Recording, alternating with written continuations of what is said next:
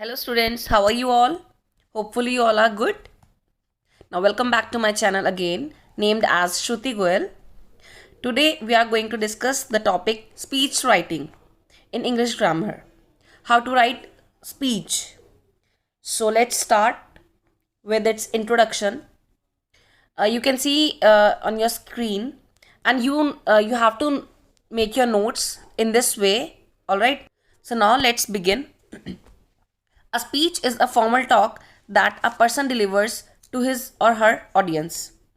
Speech क्या होती है? स्पीच एक टॉपिक के बारे में डिस्कशन होता है जो एक पर्सन सबके सामने एक टॉपिक के बारे में जब डिस्कस करता है, कुछ बताता है, कोई इंफॉर्मेशन देता है या कुछ भी टॉपिक डिस्कस करते हैं फॉर्मल वे में, उसको बोलते हैं speech. It includes a variety of tools that are designed to communicate information. इसमें बहुत सारे तरीके के टूल्स होते हैं जो हम कम्युनिकेट करते हैं इन्फॉर्मेशन के थ्रू, राइट. जो भी हम कोई इन्फॉर्मेशन बताते हैं, कोई टॉपिक के बारे में कुछ हमने डिस्कस कर रहे हैं, तो उसमें बहुत सारे टूल्स यूज़ करते हैं. Now before you start writing a speech you need to know first point who you are writing your speech for, the audience and why. Yes, कोई भी टॉपिक के लिए आप स्पीच जब नोट लिखते हैं तो उसको लिखने से पहले आप क्या सोचते हैं? कोई भी स्पीच स्टार्ट करने से पहले आप यही सोचेंगे ना, आप सोचेंगे कि किसके लिए हम लिख रहे हैं, सामने कौन सी ऑडियंस होगी, ठीक है, जिसके बारे में जो आप टॉपिक लिखने वाले हैं. सबसे पहले पॉइंट आपके दिमाग में आना चाहिए कि हम किसको ये स्पीच सुनाने वाले हैं, तो ऑडियंस कौन सी है. ठीक है, तो आप पहले वो सोचेंगे कौन सी ऑडियंस है, किसके लिए हम ये स्पीच या टॉपिक लिखने वाले हैं और क्यों. Because our speech is going to revolve around them, it will be change according to the audience. All right. Now second point, what your speech is going to be about. Yes, it's topic. आपकी speech किस बारे में होने वाली है, कौन सा topic आप चूज करेंगे और टॉपिक कैसा होगा, right. So the complete research must be done on the topic. In simple words you need to do some research about your topic. आपको अपने टॉपिक के बारे में कुछ रिसर्च करनी होगी. प्रॉपर अपने टॉपिक के बारे में रिसर्च करेंगे तभी आप कंटेंट रेडी कर पाएंगे. All right. Now third point, how long it's need to be, the duration. Yes, जब आप स्पीच लिखना शुरू करेंगे अपनी डायरी या अपनी नोटबुक में, तो सबसे पहले पॉइंट आपके दिमाग में आता है कि आप किसके लिए लिखने वाले हैं, कौन सी ऑडियंस है जो आपको सुनने वाली है. दूसरा, आप सोचते हैं कि क्या टॉपिक होना चाहिए, उसके बारे में आपकी रिसर्च कंप्लीट होनी चाहिए. थर्ड पॉइंट जो आप कंसिडर करेंगे वो ये कि कितनी बड़ी आपकी स्पीच होनी चाहिए, कितनी लॉन्ग होनी चाहिए, कितना ड्यूरेशन. ज़्यादा भी नहीं होनी चाहिए बिकॉज आपको देखना है कि ऑडियंस आपकी बोर ना हो जाए, और ज़्यादा शॉर्ट भी ना हो कि ये भी ना लगे कि आप आए और आप 1 मिनट में वापस चले भी गए, कुछ समझ ही नहीं आया आपने बोला क्या है, right. You need to be very careful about your duration because audience should not get bored. All right kids, so now let's say its format, how we are going to write a speech. It should be in a proper format. First one is introduction, the second one is the body, the content you must say, and the third one is the conclusion, how we conclude the speech. Now let's see introduction part. Let's elaborate the introduction. Greeting the audience. Yes, what do you mean by greeting the audience?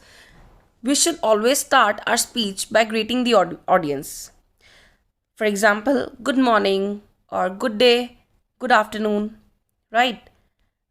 जब भी आप कोई speech start करेंगे तो सबसे पहले आप क्या करेंगे, सबको ग्रीट करेंगे, वेलकम करेंगे, राइट, एक्नॉलेज करेंगे सबको. गुड मॉर्निंग, गुड आफ्टरनून, जो भी टाइम होगा उसके अकॉर्डिंग आप विश करेंगे. एंड देन जितने भी मेंबर्स वहाँ पे प्रेजेंट होंगे उन सबको क्या करेंगे, आप एक्नॉलेज करेंगे like this.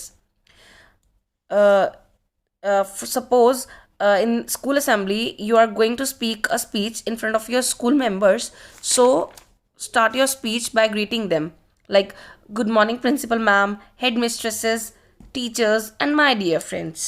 All right. So now the next point, introduction to the topic of your speech. Yes, now you introduce your topic.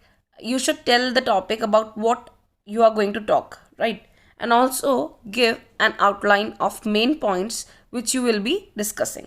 Yes, सो आप क्या करेंगे, इंट्रोडक्शन में पहले आप रीड करेंगे ऑडियंस को, उनका वेलकम करेंगे, विश करेंगे गुड मॉर्निंग और गुड आफ्टरनून और whatever the time is, and then आप एक्नॉलेज करेंगे जितने भी वहाँ मेंबर्स, की मेंबर्स प्रेजेंट होंगे आपके, एंड उसके बाद आप अपने टॉपिक के बारे में बताएंगे कि आप क्या टॉपिक डिस्कस करने वाले हैं, आपका टॉपिक का नेम क्या है।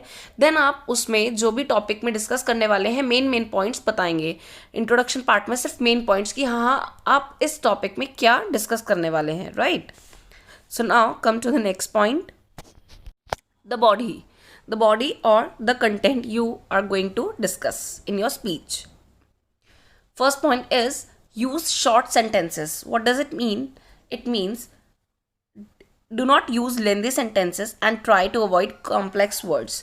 स्पीच आपकी इस तरह से होनी चाहिए, जो कंटेंट है आपका, आपको शॉर्ट सेंटेंसेस यूज़ करने हैं, लेंदी सेंटेंसेस यूज़ नहीं करने हैं। सेकेंड थिंग, बहुत आप ट्राई करेंगे बहुत सिंपल वर्ड्स यूज़ करने का, कभी भी कॉम्प्लेक्स वर्ड्स यूज़ नहीं करेंगे स्पीच में। All right, discuss your main points in detail.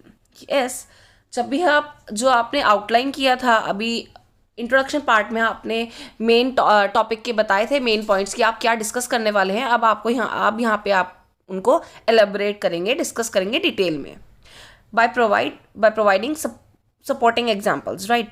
Means अब आप यहाँ पे अपने पॉइंट्स डिस्कस करेंगे डिटेल में, तो आप एग्जाम्पल्स भी बताएंगे उससे रिलेटेड, जो भी आप टॉपिक डिस्कस कर रहे हैं या कोई इन्फॉर्मेशन दे रहे हैं स्पीच के थ्रू, तो आप अपनी बात को रखेंगे कि हाँ ये एविडेंस है, ये एग्जाम्पल है, ताकि सबको समझ में आए आपकी बात जो आप कहना चाहते हैं स्पीच के through. All right, so after you have discussed the whole topic, you must conclude the speech by summing up your ideas and leaving a message.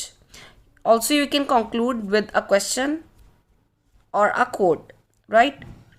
Finally, you ended the speech with a thank you. It means अब आप जब and करेंगे अपनी speech को, तो आप क्या करेंगे, जो भी आपने टॉपिक डिस्कस किया था पूरा, उसको एंड करेंगे कुछ आइडियाज़ के थ्रू कि आपके ये आइडियाज़ है इस टॉपिक से रिलेटेड, एंड देन एक मैसेज ऑडियंस के लिए ड्रॉप करेंगे, लीव करेंगे, या फिर आप ऐसे भी बोल सकते हैं, कोई क्वेश्चन मार्क, कोई भी क्वेश्चन पूछ सकते हैं उनसे एंड में, एंड या फिर कोई कोट आप बोल सकते हैं, राइट। और उसके बाद लास्ट में आपको थैंक यू बोलना है। All right kids, so today we have discussed how to write a speech and how to speak it. So just go through it, and if you have any problem, post